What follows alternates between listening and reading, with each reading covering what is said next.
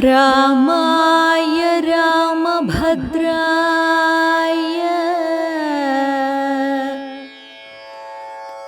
रामचन्द्राय वेधसे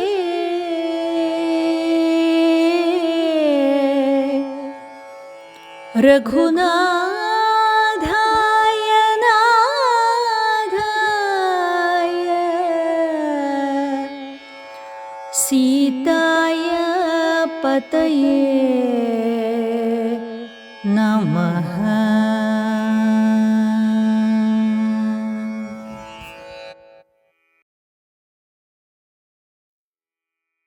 ആദികവിയായ വാൽമീകി രചിച്ച രാമായണം നാം എപ്പോഴും പാടി നടക്കുന്ന, പറഞ്ഞു നടക്കുന്ന തുഞ്ചത്ത് രാമാനുജൻ എഴുത്തച്ഛൻ്റെ അധ്യാത്മരാമായണം, കിളിപ്പാട്ട് ഉൾപ്പെടെയുള്ള എഴുതപ്പെട്ടിട്ടുള്ള അനേകം രാമായണങ്ങളുടെ മൂല സ്രോതസ്സും വാൽമീകി രാമായണം തന്നെ.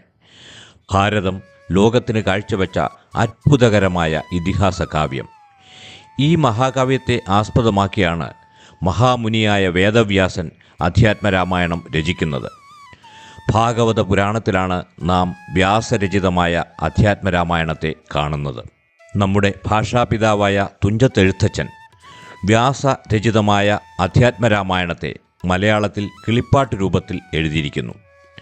അധ്യാത്മരാമായണത്തിൽ പ്രതിപാദിക്കുന്ന ഭക്തിസാന്ദ്രമായ രാമകഥ രാമപഥം എന്ന പേരിൽ പല വീഡിയോകളിലായി തുടർച്ചയായി ഈ ചാനൽ അവതരിപ്പിക്കുകയാണ്.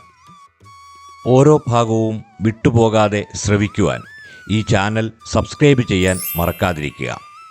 നിങ്ങളുടെ ഓരോ ലൈക്കും എനിക്കുള്ള പ്രോത്സാഹനമാകും. നിങ്ങളുടെ കമൻറ്റുകൾ ഏറെ സന്തോഷത്തോടെ സ്വീകരിക്കും. ഒന്നാം ഭാഗമായ ഈ വീഡിയോയിൽ ആദി കാവ്യമായ വാൽമീകി രാമായണമെന്ന ബൃഹത്തായ ഇതിഹാസ കൃതി എഴുതുവാൻ വാൽമീകി മഹർഷിയെ പ്രേരിപ്പിച്ച കാര്യങ്ങളാണ് പ്രതിപാദിക്കുന്നത്. രാമായണ കാവ്യത്തെ 7 കാണ്ഡങ്ങളായും ഓരോ കാണ്ഡത്തെയും അനേകം സർഗങ്ങളായും വാൽമീകി മഹർഷി ചിട്ടപ്പെടുത്തിയിരിക്കുന്നു. അങ്ങനെ 24,000 ശ്ലോകങ്ങളിലായി 500 സർഗങ്ങൾ. ഇതാണ് രാമായണ കാവ്യം. നിത്യവും പാരായണം ചെയ്യുകയോ കേൾക്കുകയോ രാമകഥ മനനം ചെയ്യുകയോ രാമനാമം ജപിക്കുകയോ ചെയ്യുന്ന ഭക്തൻ്റെ ഫലശ്രുതിയെപ്പറ്റി ആദികവി പറഞ്ഞിരിക്കുന്നത് നോക്കൂ.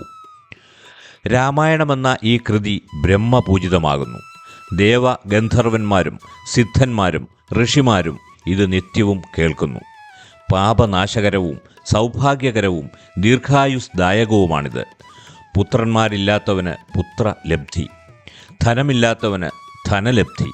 ഇങ്ങനെ രാമകഥ പറയുകയോ ശ്രവിക്കുകയോ ചെയ്യുന്നവന് ഭൗതികമായ സർവ്വ ഐശ്വര്യങ്ങളും ഉണ്ടാകുമെന്ന് മാത്രമല്ല, മരണശേഷം പരലോകത്തിലും പൂജിതനായിത്തീരും. വാൽമീകി രാമായണത്തിൻ്റെ ഉൽപ്പത്തിയെപ്പറ്റിയുള്ള കഥ ആമുഖമായി പറഞ്ഞുകൊണ്ട് അധ്യാത്മരാമായണ കഥയിലേക്ക് നമുക്ക് കടക്കാം. ഒന്നാം ഭാഗത്തിൽ വാൽമീകി രാമായണത്തിൻ്റെ ഉൽപ്പത്തി തന്നെയാണ് പ്രതിപാദ്യ വിഷയം. തുടർന്നുള്ള ഭാഗങ്ങളിൽ അധ്യാത്മരാമായണ കഥകളിലേക്ക് കടക്കാം. ഒരു ഭാഗം പോലും വിട്ടുപോകാതിരിക്കുവാൻ ഈ ചാനൽ സബ്സ്ക്രൈബ് ചെയ്യണമെന്ന് ഒരിക്കൽ കൂടി അഭ്യർത്ഥിച്ചുകൊണ്ട് ഞാൻ തുടങ്ങട്ടെ. നമുക്ക് ഏറെ സുപരിചിതമായ അധ്യാത്മരാമായണ കഥയുമായി ചില സന്ദർഭങ്ങളിൽ വാൽമീകി രാമായണത്തിന് വ്യത്യാസമുണ്ടെന്ന് ഓർമ്മിപ്പിച്ചുകൊണ്ട് നമുക്ക് ആരംഭിക്കാം. ഇന്ന് ലോകത്ത് ജീവിച്ചിരിക്കുന്നവരിൽ ഏറ്റവും മഹാനായ വ്യക്തി ആരാണ്? ഈ ചോദ്യം സാക്ഷാൽ വാൽമീകി മഹാമുനിയായ നാരദനോട് ചോദിച്ചു. സംതൃപ്തിയോടെ, ഒരു ചെറുപുഞ്ചിരിയോടെ നാരദൻ പറഞ്ഞു, അങ്ങയുടെ ചോദ്യത്തിന് ഉത്തരം ഞാൻ പറയാം. ഇക്ഷ്യാകു വംശത്തിൽ പിറവിയെടുത്ത അയോധ്യാപുരത്തിൻ്റെ രാജാവായ രാമൻ, ദശരഥപുത്രനായ രാമൻ. ഇത്രയും ആമുഖമായി പറഞ്ഞുകൊണ്ട് നാരദൻ വാൽമീകിക്ക് രാമായണ കഥ മുഴുവൻ പറഞ്ഞുകൊടുത്തു. അങ്ങനെ കഥ മുഴുവൻ കേട്ട വാൽമീകി ആത്മസംതൃപ്തിയോടെ നാരദമുനിയെ പൂജിച്ച ശേഷം അദ്ദേഹത്തെ യാത്രയാക്കി. വാൽമീകി ഭരദ്വാജനടക്കമുള്ള തൻ്റെ ശിഷ്യരോടൊത്ത് ഗംഗാനദിക്ക് സമീപമുള്ള തമസാ നദിയുടെ തീരത്തെ തൻ്റെ ആശ്രമത്തിലെത്തി. മുനിയുടെ മനസ്സ് രാമകഥയാൽ നിറഞ്ഞു നിന്നു. തമസയുടെ മനോഹര തീരവും ആശ്രമവും അവിടുത്തെ കിളികളുടെ കളകൂജനവും അദ്ദേഹത്തിൻ്റെ മനസ്സിനെ രാമൻ്റെയും സീതയുടെയും അയോധ്യയുടെയും മിഥിലയുടെയും എല്ലാം പശ്ചാത്തലത്തിലേക്ക് കൊണ്ടുപോയിരിക്കാം. തനിക്ക് ആഹ്ലാദം പകർന്നു തന്ന ഈ കഥ മറ്റുള്ളവരിലേക്ക് കൂടി എത്തണമല്ലോ. മഹർഷി ഇതുമാത്രം ചിന്തിച്ച് പ്രഭാത സ്നാനത്തിനായി തമസാ നദിയിലേക്ക് നടന്നു. തെളിഞ്ഞ വെള്ളം, തീരങ്ങളിലെല്ലാം പച്ചപ്പ്, മന്ദമായി ഒഴുകുന്ന തമസാ നദി. മുനി നദിക്കരയിലെത്തി. പ്രശാന്തസുന്ദരമായ പ്രകൃതി ഭംഗിയിൽ ലയിച്ചു നിൽക്കെ അദ്ദേഹത്തിൻ്റെ നയനങ്ങൾ ഒരു മരക്കൊമ്പിലിരിക്കുന്ന 2 ക്രൗഞ്ച പക്ഷികളിലെത്തി. ക്രൗഞ്ച മിഥുനങ്ങൾ. ആ ഇണപ്പക്ഷികൾ തമസാ നദിയെ കാണുന്നില്ല, വനസൗന്ദര്യം കാണുന്നില്ല. അവരുടെ ലോകത്തു മാത്രം വിഹരിച്ച് പ്രണയാനുഭവം ആസ്വദിക്കുകയാണ്. മുനി ഏറെ നേരം ആ ഇണപ്പക്ഷികളെ തന്നെ നോക്കി നിന്നു. പെട്ടെന്നാണ് അത് സംഭവിച്ചത്. ഒരു വേടൻ ആ പക്ഷികളെ ഉന്നം വെച്ച് തൻ്റെ അമ്പു തൊടുത്തു. ആ നിമിഷം വരെ പ്രണയസല്ലാപങ്ങളിൽ മതിമറന്നിരുന്ന ആ ക്രൗഞ്ച മിഥുനങ്ങൾ, ഇതാ അവരിൽ ആൺപക്ഷി ക്രൂരനായ വേടൻ്റെ അമ്പേറ്റ് മരിക്കുന്നു. ചോരയിൽ കുളിച്ച് മണ്ണിൽ കിടന്നു പിടയുന്ന തൻ്റെ ഇണയെ നോക്കി പെൺപക്ഷി വാവിട്ട് കരയുന്നു. ഹൃദയഭേദകമായ ഈ കാഴ്ച കണ്ട മുനി അറിയാതെ അദ്ദേഹത്തിൽ നിന്നും ഈ വാക്കുകൾ വന്നു. മാനിഷാദ പ്രതിഷ്ഠാം ത്വമഗമ ശാശ്വതീ സമാ യത്ക്രൗഞ്ച മിഥുനാദേകമവധി കാമമോഹിതം.